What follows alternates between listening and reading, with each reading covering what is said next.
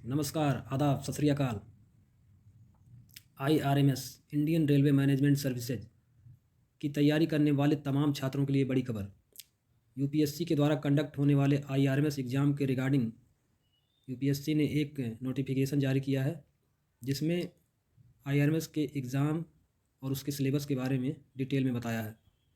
तो आइए उस नोटिफिकेशन को देखते हैं। गवर्नमेंट ऑफ इंडिया का ये नोटिफिकेशन है, जिसमें आईआरएमएस के कंडक्ट होने की जानकारी दी गई है। और ये एग्ज़ाम आईआरएमएस नाम से यूपीएससी के द्वारा 2023 ऑनवर्ड कंडक्ट कराया जाएगा। इसके रिगार्डिंग जितनी जानकारियाँ वो इस नोटिफिकेशन में बताई गई हैं, जिसमें कहा गया कि मिनिस्ट्री ऑफ रेलवे के कंसल्टेशन से यूपीएससी के द्वारा आईआरएमएस एग्ज़ाम 2023 ऑनवर्ड कराया जाएगा। आईआरएमएस ई एग्ज़ाम एक 2 टायर एग्ज़ाम होगा, जिसमें एक प्रीलिम्स एग्ज़ाम होगा जो स्क्रीनिंग टाइप का होगा, और मेंस एग्ज़ाम होगा। इसके बाद फिर इंटरव्यू होगा।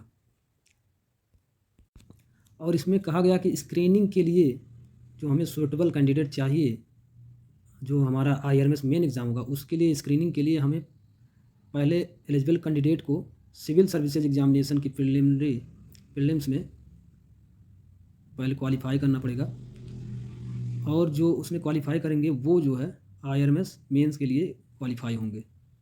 तो बेसिकली जो भी आईआरएमएस के स्टूडेंट हैं उनको पहले प्रीलिम्स सिविल सर्विसेज का क्लियर करना पड़ेगा, उसके बाद वो आईआरएमएस के मेंस में बैठेंगे। और आईआरएमएस मेन एग्जामिनेशन में 4 पेपर होंगे, कन्वेंशनल एसे टाइप के होंगे। इन चारों पेपर में पेपर ए क्वालिफाइंग नेचर का होगा, और ये पेपर ए जो है इंडियन लैंग्वेजेस जो 8 शेड्यूल ऑफ कॉन्स्टिट्यूशन में दिए गए हैं उनमें से कोई एक लैंग्वेज लेना पड़ेगा आपको। और पेपर बी जो हो इंग्लिश का होगा। ये 300 मार्क्स से दोनों पेपर होंगे, ए और बी, ये दोनों क्वालिफाइंग पेपर होंगे। और मेरिट के लिए जो काउंट होंगे पेपर, वो होंगे ऑप्शनल पेपर आपके, पेपर 1 पेपर 2। तो क्वालिफाइंग पेपर पेपर ए और पेपर बी है, और मेरिट के लिए जो है पेपर 1 250 मार्क का, पेपर 2 250 मार्क के। तो 250 के 2 पेपर होंगे मेरिट के लिए, और 100 मार्क्स का आपका पर्सनालिटी टेस्ट, जो कि आप इंटरव्यू कह सकते हैं उसे, वो होगा। तो ये 4 पेपर जो है आपके आईआरएमएस मेंस में होंगे। ऑप्शनल सब्जेक्ट के लिए ये 4 आपको सब्जेक्ट दिए गए हैं: civil engineering, mechanical engineering, electrical engineering, commerce and accountancy.